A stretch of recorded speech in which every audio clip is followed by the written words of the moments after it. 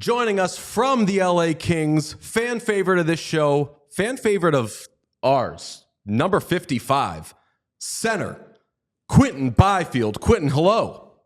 Hi, thanks for having me, fellas. Excited. Big week for you. Obviously, you signed a big new contract. Is it weird when you get a bunch of money and everybody knows? I guess it's a little bit weird, yes. I got a lot of text messages from, family, all my buddies, saying, some funny things. So it's a little weird that it's out there, but, it's a good thing to have. One of my favorite things about especially RFAs signing their second or third contracts with the team or whatever is no matter what the contract is, the first question is, why wasn't it a different contract? Like, you signed for 5 years, big, like, term, everything. And admittedly, the first thought I have was like, how come he didn't do 8 years? What's going on? Is there a problem? When in reality, in any other job, nobody ever signs to do something for 5 years. Yeah, no, for sure. It's like there's other contracts, out there for sure, but we just felt like on both sides this was the best deal on the table for both of us, and at the end of the day, we're both super excited about it. Just being back with the LA Kings, that's where I want to be, and then obviously Kings, having me back for term, that's a commitment as well. So we're both really excited about the deal.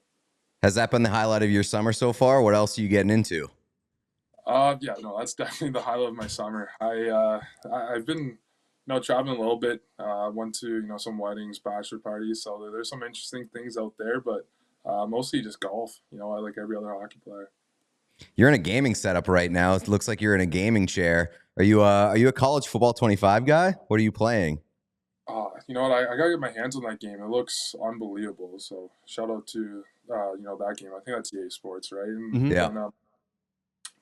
Usually I play actually NHL. I play ESHL with a lot of my buddies back home. So we try to stay connected that way. And then during the season, there's a bunch of us that play Call of Duty and FIFA together. So there's a bunch of games always on the setup. Playing EASHL with somebody who's actually in the NHL has got to be the weirdest thing of all time. Do your buddies give you shit? No, it's pretty funny because we'll play against some guys and like I even did it when I was growing up. So I used to be, well, still I'm a massive gamer and stuff. So when you see like other guys like using actual players in the NHL using their names as like their character, it's pretty funny, and then we kind of just like joke about those things. But no, it's all good here. Are you Quinton Byfield on your EASHL team? I have not. No, I don't want to have that. Just in case, So who do you play as? I got my nickname. I play as one of my nicknames. So that's what I use. Yeah. Just what the boys call me back here. So that's what I use. Speaking of names, a highly underreported and underdiscussed detail of your life is that you are kind of named after Quentin Tarantino.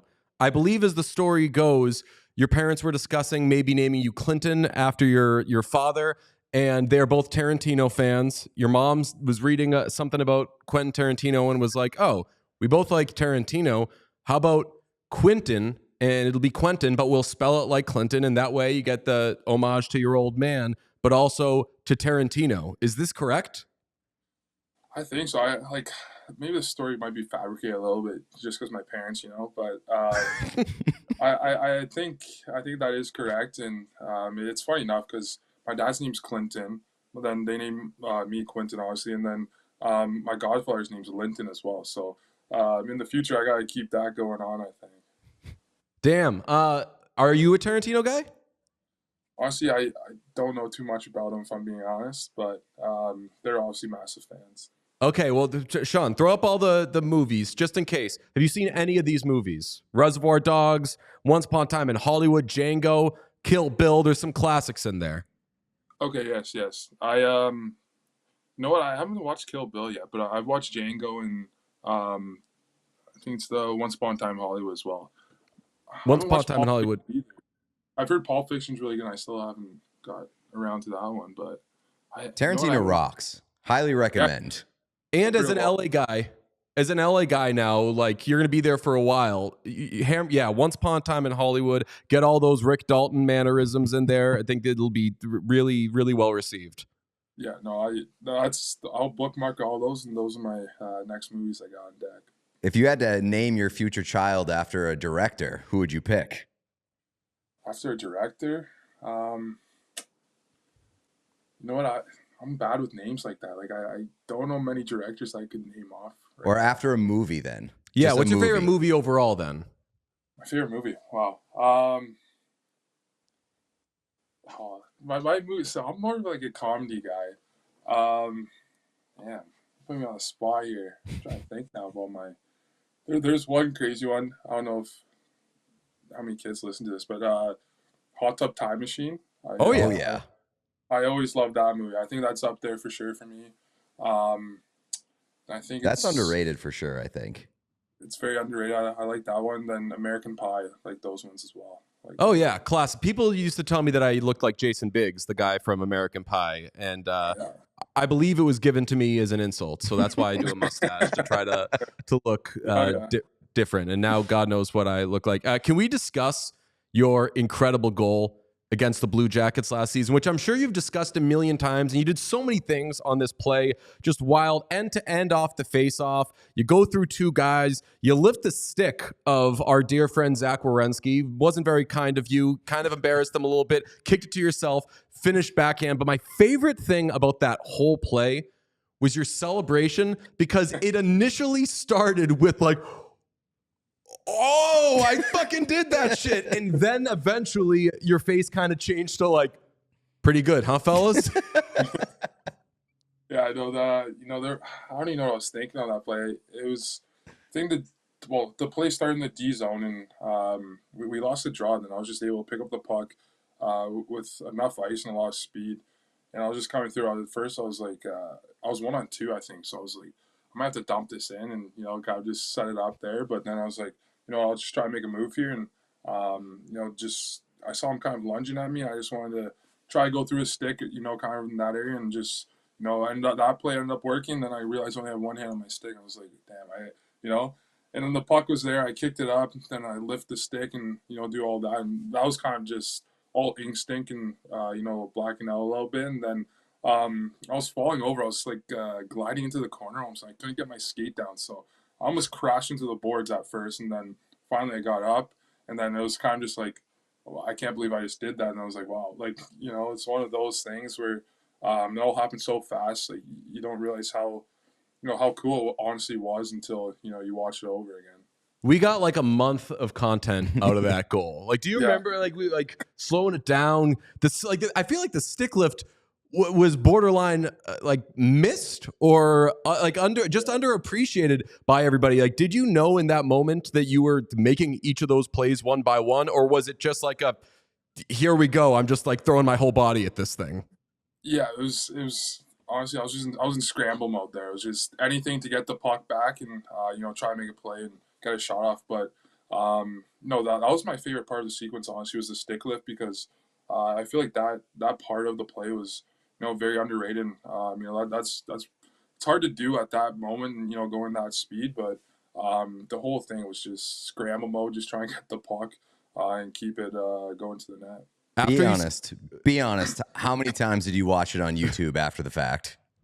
Oh man, yeah, no, I can't lie. It was on my feed, a decent amount. So I couldn't tell you how many times. I've seen it a bunch, and I enjoy it. But I think the LA Kings posted a video which is like 11 hours long with the same goal. So I was gonna say, oh, did they do like the like fuck it Byfield's goal a million times? Did they like one of those things? 11 hours. So that's usually what I watch when I go to sleep now.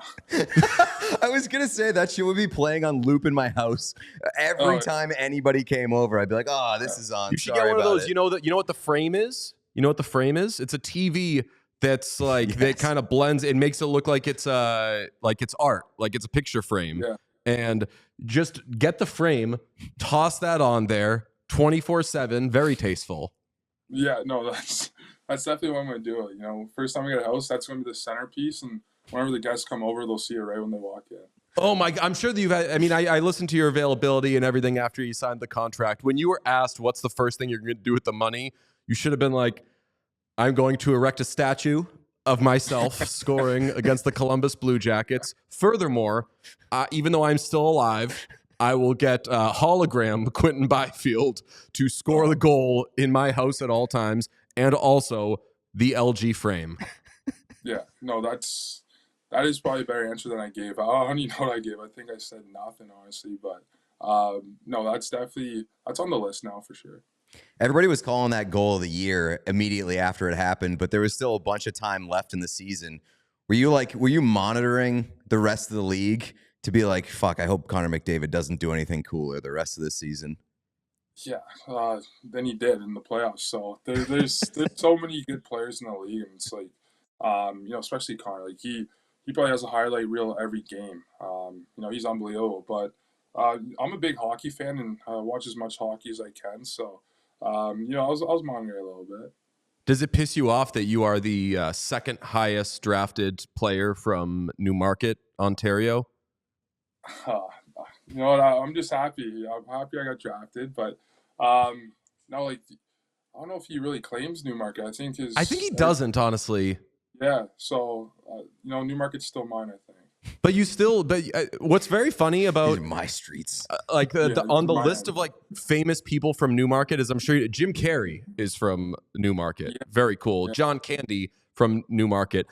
Connor McDavid I'm a big Oilers fan, but Connor McDavid is considered like one of the least funny people in the world. He's not there to make jokes. So I love that, depending on whether or not he claims Newmarket, you got two of the funniest people ever, and then somebody who's just got no interest in it.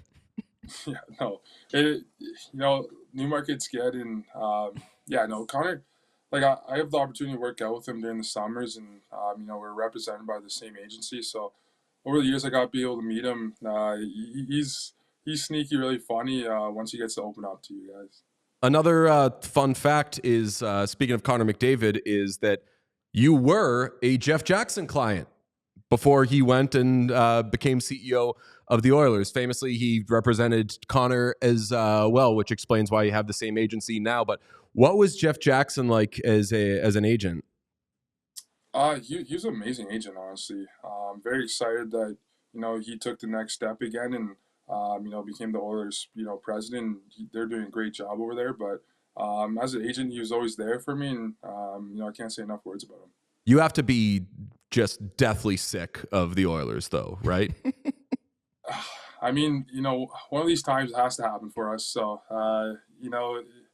it sucks. It's that's how the NHL is scheduled, though. There's a lot of teams playing each other in the first round now, which is kind of how they want it, is the rivalry and everything. But that's how it goes, and we know our opponent now, and next time we hope it goes differently.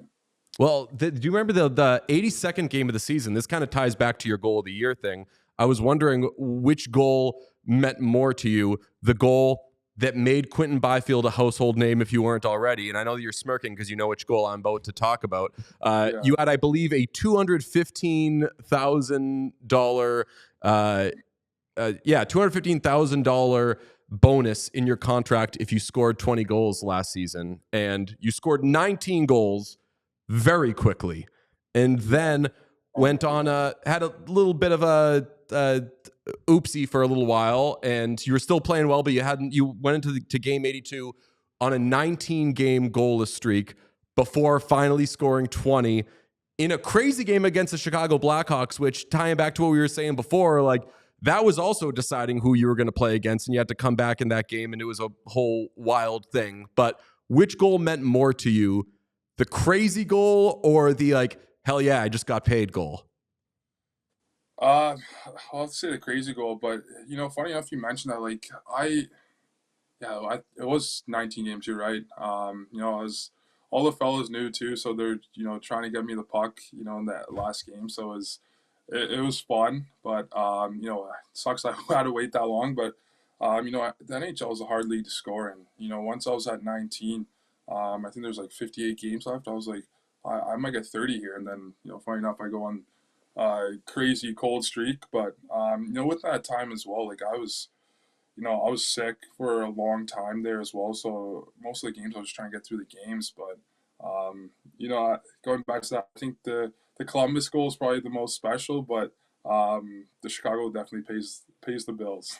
Yeah. And I mean, 20 goals is still 20 goals, and that's for sure a breakthrough year for you. Was there something that clicked this year that maybe didn't in the first couple of years of your career? Yeah, for me, it was I never really had a full season that was fully healthy.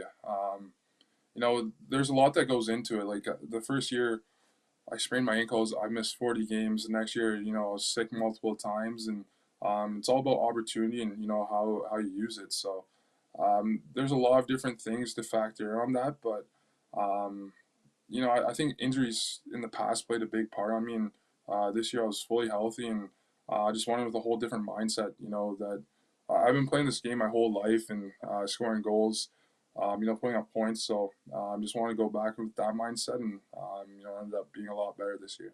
Did you feel like the pressure in those 2 years when you were battling stuff? Like, because I know like Alexis Lafreniere went in front of you, and like it took him. This was his breakout year too in the NHL, and I know that he got a ton of shit being like bust, and like you guys are like 20. You're about to be 22. It's still extremely young. Did you feel pressure from like outside noise to like, I don't know, break through sooner than you did?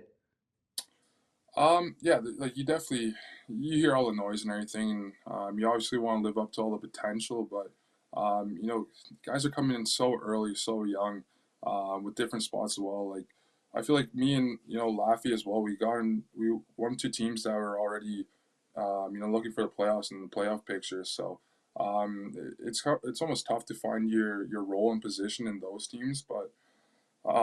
Yeah, you definitely hear all the noise. You want to live up to it, but it also sucks that you can't, go and tell everybody, how, what injuries you're dealing with, and all the other stuff that you're dealing with as well. So you kind of just have to soak it at that point, and try to be best you can at that point. You've been practicing those face-offs, big guy? You know what? Since I got the word that I might be going back to center, I've been thinking about that a lot lately because. If you look at my numbers before, they weren't too great. Oh, you mean you're a kid? Like we've had Seth Jarvis on, and he just talks about like Brenda Moore saying like, okay, I'm gonna give you a couple of face-offs this game, just like don't lose them cleanly. And then he gets his ass kicked in the dot, and he's like, God, I suck at this. Young centers are always bad at it. So like I will say that this, I don't know if anyone's given you this tip yet. You should cheat on face-offs. Just cheat more. All the great, like Patrice Bergeron, legend, won 1 million Selkies, and everyone would say it like glowingly of him. They're like, oh, well, he cheats on faceoffs, and everyone, very good. So you just cheat Sid more. Too. Like Sid, Sid cheats. Cheats all the time. Cheat more. Oh, like as a young guy, you get kicked out a ton if you cheat. Like I feel like over the years you gain respect, with the linesmen and the officials where you can cheat. But my first year on St. John's, I got kicked out a ton when I was trying to do that. But it's tough because growing up, like you never work on face-offs. Like you kind of just go out there, play the game. It's not like that big a part of the game, throughout growing up. And then when you come to NHL, it's like you live and die by it almost. What was has there ever been a face-off where you just like lost it so unbelievably cleanly that it would go on the other player's like highlight reel? And what does that feel like? Oh, there's countless probably those times have happened. But it feels terrible. You're like, oh, like especially if there's like an icing and like you're taking the draw, and it's like everybody's tired, everyone's counting, you win the draw. Then you just get waxed, and then you're stuck in your zone again for like another minute. You're just like, oh, this is all my fault. So there's probably countless times that once happened to me. Are you and I think you should leave guy? Sorry, I think you should leave? Or? Yeah, it's a show on Netflix, but there's a meme from it that we're all trying to find the guy who did this, and it's the person who's clearly responsible for what's going on. So I'm imagining you must have that feeling when you're defending, like, God, if we could only get the puck out of the fucking zone. God, if only we weren't in the zone. Yeah. Sorry, I wasn't too familiar with that, but yes, no, that is definitely me when that happens, and I'm just like, oh, this is all on me here. Well, part of you going back to center, of course, is the trade of PLD, but also part of it is that's the position you grew up playing, and I know this came up after you signed the contract. Anze Kopitar. I think he's turning 37. Couple years left, at least, on this contract that he's beginning. Can you imagine an LA Kings without Anze Kopitar? Because that's probably going to be like Quinton time. Yeah, it's tough, honestly, because I grew up watching Kopi and just watching this game and over the years watch how much he's grown, and just being able to play with him, as a line mate, and then just be able to, as a teammate, and just be around him each day. It's pretty crazy. When you think of the LA Kings, he's probably the top name that you always think of. He's the all-time leader in I think every stat basically. So it's tough to think of not having a team without Kopi, but he's also put all the young guys through the right guidance. Where I think after he ends up calling it quits, that we can move forward, and hopefully that we can take over for that. I can't believe we've gone this long without asking, but what do you think of the new rebrand? Oh, those jerseys are phenomenal. I feel like we've had so much potential with our jerseys, and just over the years, it kind of got a little bit stale.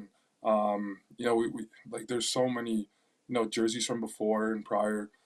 Even our third jerseys that we had recently have been unbelievable. So what they did with the jerseys, I think a lot of the fans really like it, and all the players love it. And even the matte black helmets are they're very different and something cool. Do you like the silver? I personally can't stand it. I love the matte chrome? black. I'm sorry, chrome? the chrome helmets. I love the matte black. I'm a big fan of just like all different cool designs, but the chrome domes, those might be my favorite jerseys that we had. Honestly, I fucking love those. I love them too, and honestly, I think it's the white gloves too. Like when you look down on the ice and you have white gloves on, like you just feel a lot better about your hands. Were there when you knew that this rebrand was coming? Because the thing that I will give the Kings is your team does the heritage nights or like the specialty one-off things probably better than anybody. I like the merch that you make for like Armenian night is fucking sick, amazing. As all those things are popping up, are you kind of champing at the bit for like, yeah, but when are we getting like the real shit, the main thing? When's that coming? Yeah, it's actually weird. So we took those photos for the new rebranding, like a couple games before playoffs. So like we kind of knew about it for a long time, but then it wasn't released to the media, so we couldn't really talk about it. And I feel like it's something that we all really want to talk about and share with everyone. But we do a great night, as you said, about all the one-offs. Like we have a lot of special jersey nights, and really cater to every type of fan base that we have. And I think they really do a good job about that. But as I said, it was hard to keep your lips tight about the new jerseys. Did anyone want to pull a D2 in like the first round, maybe like game 5 or something, and be like, yo, it's not going great, boys. What if we come out in the new jerseys for the third period? Oh, no, that would be awesome. Like, at that point, we probably should have. But, we were rocking, I think, our chrome jerseys without the chrome helmets on the away games. That's crazy. We had a different jersey set up for playoffs away games, but like not home, so it was a little different. It's bad behavior. I hate it. I gotta have the chrome buckets. Oh, was any part of you rooting for the purple and gold? Because those purple and gold, like the reverse retro ones, were crazy good too. Yeah, I love all the jerseys that they make, and I think all the third jerseys and jerseys that we had are unbelievable. Those are definitely top, but I think I still like the chrome ones better than those. But those would have been special too. I can't believe Pete said he can't believe that we went so long without talking about jerseys. I can't believe we've gone so long without me saying, as a fellow Sergei Gonchar guy, the forward wearing 55, amazing. Absolutely love it. Like, why do you love Sergei Gonchar, and how does it feel to wear a number that isn't really super common for your position? Because I love that kind of stuff.